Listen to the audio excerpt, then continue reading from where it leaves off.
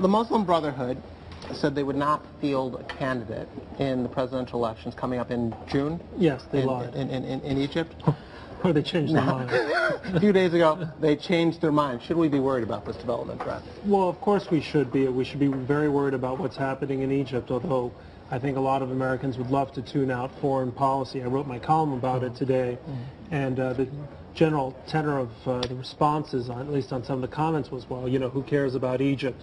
But we should care. It's about 100 million people there. It's the largest Arab country, and what happens there has consequential effects for the entire Middle Eastern region, for the Mediterranean.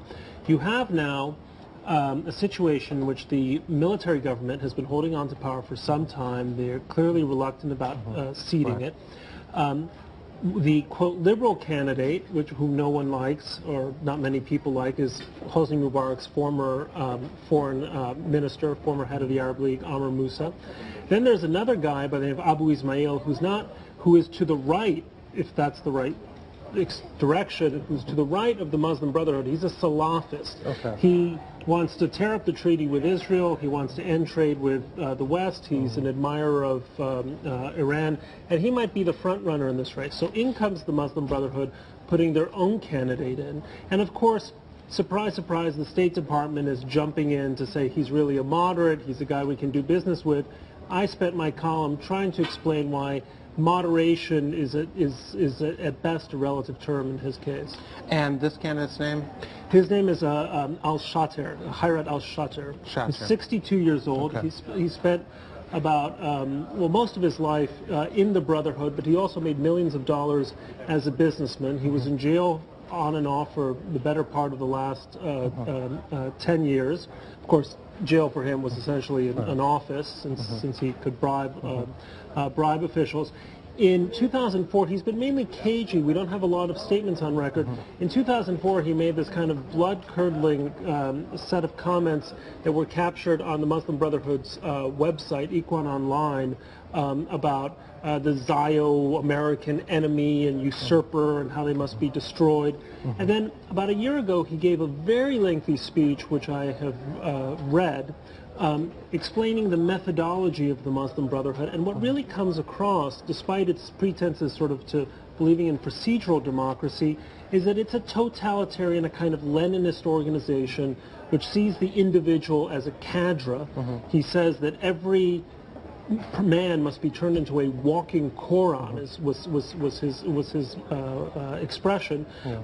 And it believes that you need to have a kind of guardians of the revolution along the lines of the KGB or the IRGC, 1 or 2 million people. You mentioned the military leaders in Egypt today and their reluctance to hand over power. I believe that is what the Brotherhood cites as their reason for fielding this candidate and breaking their pledge, correct? Well, there are two theories here, and no one really is sure what's going on.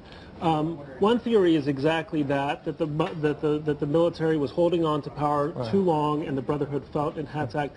Another theory is that the military and the Brotherhood have been secretly colluding all along, that the military can live with a government led by the Brotherhood so long as the Brotherhood sort of respects some of their prerogatives, their business interests, and so on, and that this will be a kind of a happy marriage between the two institutions. Either way, the United States is a loser from a country which is going to be led by an Islamist fundamentalist who has kind of global ambitions, is certainly not going to be interested in maintaining a peace treaty with Israel, whether or not Egypt actually goes to war with Israel. It's affiliated with Hamas. It's big trouble for the United States.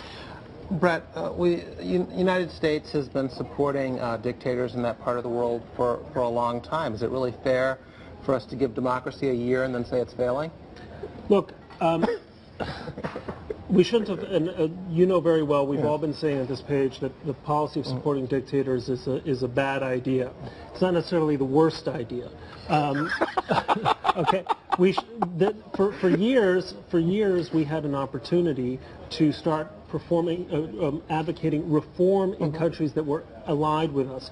A slow process of opening up, democratization. You know, Natan Sharansky, who wrote this book, The Case for Democracy, says that the ballot should be the last stage in a process of liberalization, not the first. What I fear is that what we're getting in the Middle East is what some people have called illiberal democracy.